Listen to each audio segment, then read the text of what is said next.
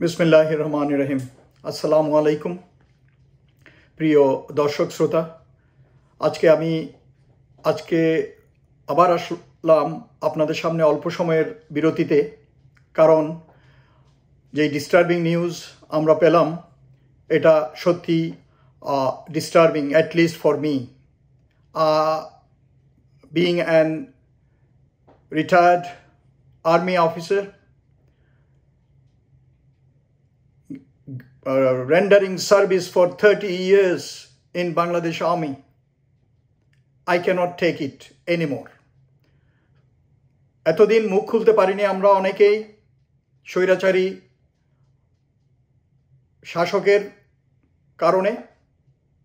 কারণ আমরা মুখ খুললেই নিজেদের উপর, নিজেদের আত্মীয় স্বজন ভাই বোনদের উপর অত্যাচার নেমে আসতো, সে কারণে। বাট আজকে একজন অবসরপ্রাপ্ত অফিসার হিসাবে আমি আমার রিঅ্যাকশন জানাতে চাই। সবার আগে আমি বলতে চাই, আপনারা সবাই জানেন শেখ হাসিনা কোনো এক সময় ক্ষমতায় আসার পর কোনো এক জায়গায় বলেছিলেন, তার তো ফাউল মাউথ ছিল, আমরা সবাই জানি, কখন কিভাবে বলে কি বলে সে জানতো না। সে বলেছিল যে আমার পরিবারকে যারা হত্যা করেছে 75-এ, সেই আর্মিকে আমি দেখে নেব এবং সেই দেশের লোককে আমি দেখে নেব। So she had a grudge, serious grudge, আক্রোশ বাংলাদেশ সেনাবাহিনীর বিরুদ্ধে। তো বাংলাদেশ সেনাবাহিনীর সকল অবসরপ্রাপ্ত সদস্য এবং যারা চাকুরিতে আছেন তাদের সবাইকে আমার এই বার্তাটা পৌঁছাতে চাই, please, this is an institution. আমাদের জীবনের মূল্যবান সময়টুকু আমরা পার করেছি এই সেনাবাহিনীতে দেশকে এবং জাতিকে উপকৃত করার জন্য। দেশ এবং জাতির তরে, দেশের মানুষের তরে বিতর্কিত ব্যক্তি থাকতেই পারে, তাদের কথা বাদ দিন, আমি যারা সাধারণ তাদের কথাই বলছি। আমরা কোনো রাজনীতির ধারধারি না, যদিও আমাদের ভিতরে অনেকেই বিক্রি হয়ে যায়, ওটার কথাও আমি বাদ দিলাম। কিন্তু একজন সাধারণের একজন হয়ে আমি বলতে চাই, এটা মেনে নেওয়া যায় না, এটা আর মেনে নেওয়া যায় না। সেনাবাহিনী হচ্ছে আমাদের দেশের, বিশেষ করে বাংলাদেশের সকল জনগণের সকল আশা ভরসার আস্থা, last resort of the country.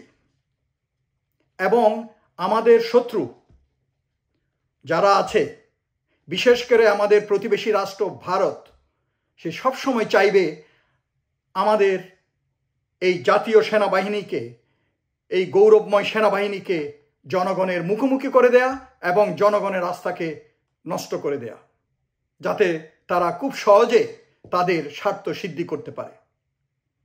এই বিষয়টা আমাদের খেয়াল রাখতে হবে। আমি আপনাকে আওয়ামী লীগ যখন প্রথম ক্ষমতায় আসে তখনকার কথাই বলি, তখন থেকে সেই আমরা দেখতে পাচ্ছি। আমার মনে পড়ে, আমি তখন সামরিক গোয়েন্দা পরিদপ্তরে G1 হিসাবে কাজ করছিলাম। আমার মনে পড়ে তখন থেকে ফার্স্ট ইনসিডেন্ট শুরু হয়। বিভিন্ন সংস্থা, আমি বলেই ফেলি, পুলিশকে ব্যবহার করে এবং বিভিন্ন জায়গায় আওয়ামী নেতাদের দ্বারা আমাদের সেনাবাহিনীর অফিসার, আমাদের সেনাবাহিনীর সদস্যদের, সৈনিকদের তারা মেরেছে, তাদের গায়ে হাত তুলেছে, তাদেরকে বেইজ্জত করেছে এবং তাদের অনেকের সয় সম্পত্তি পর্যন্ত তারা নিয়ে নিছে। কিন্তু আমরা যেহেতু চাকরিতে আছি, কঠোর আইন, আমরা মুখ খুলতে পারিনি। এবং আমাদের হয়ে যে কথা বলার কথা, যে উপযুক্ত অ্যাকশন নেওয়ার কথা, যে স্বৈরাচারী সেই প্রধানমন্ত্রীর পাশে থাকতো, আমাদেরই একজন, মনে করতাম সেই general Tarek, defence adviser, that idiot, he did not do anything. He never took an action which was favourable to army. সে সব সময় বাংলাদেশ সেনাবাহিনীর স্বার্থের বিরুদ্ধে কাজ নিয়েছে এবং আমাদেরকে একটা অদম বাহিনীতে পরিণত করেছে। আমরা সেনাবাহিনীর সদস্যরা 24 আওয়ার্স আমরা দেশের জন্য প্রস্তুত থাকি। রাত দিন, গ্রীষ্ম বর্ষা, আকাশে পাহাড়ে যেখানে যেতে বলা হয় আমরা চলে যাই আমাদের পরিবারকে রেখে। এবং এই একমাত্র বাহিনী যারা চরম আত্মত্যাগের জন্য কসম করে, শপথ গ্রহণ করে, এবং তা করি আমরা। এবং আমাদেরকে পৌঁছানোর জন্য ভারতীয় গোয়েন্দা বাহিনী আমাদের পিছে লেগেই আছে। এবং পরবর্তী আসেন কিভাবে আমাদের সেনাবাহিনীর উপর, সেনা সদস্যদের উপর আঘাত হানলো আপনারা সবাই জানেন। ইভেন কি কোনো বিশ্বযুদ্ধে পর্যন্ত একসাথে 57 জন অফিসার মারা যায়নি কোনো সিঙ্গেল ইনসিডেন্টে। বাট কিভাবে নাটক করে, প্রহসন করে শেখ হাসিনা চক্রান্তে আওয়ামী লীগের নেতায় তাপস এবং নানক যারা আছে, আমরা তো সব কিছু জানি, ইতিহাস তা বলে দেবে, আমরা তো সব জানি। আমাদের সেনাবাহিনীর অফিসারদেরকে নির্মমভাবে হত্যা করেছে এবং এই শেখ হাসিনা হাত গুটিয়ে সে তার গণভবনে বসেছিল। 3 বাহিনী প্রধানকে নিয়ে সে ওখানে বসিয়ে রেখেছিল, কোনো অ্যাকশন নেয়নি, অ্যাকশন নিতে দেয়নি। আমাদের বুকে রক্তক্ষরণ এখনো আছে। কাজেই আমি আজকের ঘটনা নিয়ে আমি বলবো, অনেকেই খুব নীতিবাক্য বলছেন, অনেকে অনেক সম্ভাবনার কথা বলছেন। I said no mercy to this. Take it as a single incident and we have to take actions. আইন আমাদের সাপোর্ট করবে, কারণ আইন অনুযায়ী সেনাবাহিনী, নিরাপত্তা বাহিনীর গায়ে কেউ হাত তুলতে পারে না। নিরাপত্তা বাহিনীর সম্পদ কেউ নষ্ট করতে পারে না। সেনাবাহিনীর গাড়ি পুড়িয়ে দেয়া এই দুঃসাহস এই বাংলাদেশে যেন আর কারো না হয়, সেজন্য যারা জড়িত তাদেরকে এখনই ধরতে হবে, তাদের হাত ট্যাঙ্ক ভেঙে দিতে হবে, তারপর আইনে সোপর্দ করতে হবে এবং বিচার হবে। এই জিনিসটা আপনাদের খেয়াল রাখতে হবে। আমি ফেসবুকে এবং বিভিন্ন সোশ্যাল মিডিয়াতে দেখতে পাচ্ছি অনেকে আবার একটু নরম সুরে কথা বলছেন। To uphold, to bring back the prestige, honor and respect of our army and armed forces, we have to take action when it is necessary. These political parties, political leaders will use you, the armed forces.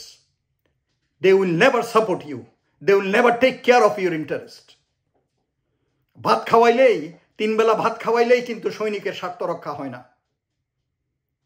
আমার পরিবারের নিরাপত্তা নাই, আমার নিরাপত্তা নাই, আমার সন্তানদের নিরাপত্তা নাই, আর আপনারা কি বলতে চান? কেন ভয় করেন? একটা ছবি দেখলাম, এক জেনারেল শেখ হাসিনার পা ধরে সালাম করতেছে। লজ্জা লজ্জা লজ্জা। যাক, ওসব প্রাসঙ্গিক বিষয়ে আমি এখন যেতে চাই না। আমার কথা একটাই, এই ঘটনা নিয়ে আমার প্রত্যাশা, সেনাবাহিনী প্রধান আপনি এখন আছেন, ইতিহাসে বীর হয়ে বেঁচে থাকার চেষ্টা করেন।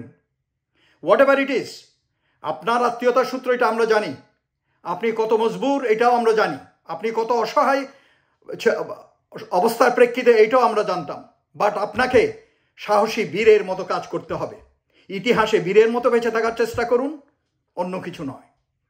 কাজেই উপযুক্ত ব্যবস্থা নিতে হবে।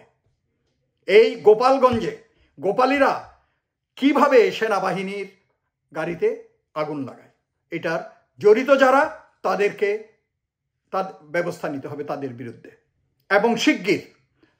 Justice delayed, justice denied, remember that. কারণ এরা চায়, ইন্ডিয়া এখনো চাচ্ছে, ভারতীয় গোয়েন্দা সংস্থা র এখনো চাচ্ছে আমাদের এখানে একটা অরাজকতা সৃষ্টি করার জন্য, এবং এরা করে যাবে, কারণ এরা আমাদের বন্ধু নয়।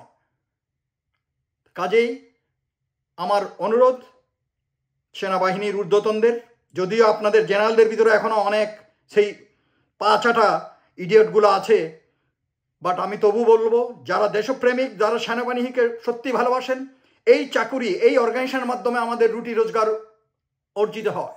কাজেই have your 100% loyalty to this organization. This is an institution. This is not a political party. So generals and those are in position, please come back to your senses before you are thrown like a toilet tissue. Take care of the army. Take care of the forces interest. আপনারা ভালো থাকুন এবং আমাদের সেনাবাহিনীর স্বার্থ রক্ষা হোক। সরকার এবং সেনাবাহিনী প্রধান এটার দিকে খেয়াল রাখবেন আশা করি, কারণ একজন অবসরপ্রাপ্ত সেনা কর্মকর্তা হিসাবে আমরা ইউনিফর্ম জমা দিয়েছি, কিন্তু আমাদের অনুভূতি, আমাদের ফিলিংস আমরা জমা দেই নেই। এটা আজীবন থাকবে।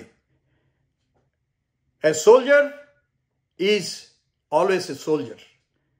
তো কাজেই আমরা দেশকে ভালোবেসে সৈনিক জীবন পার করেছি, কোনো মোসাহাবি বা কারো পা চেটে নয়।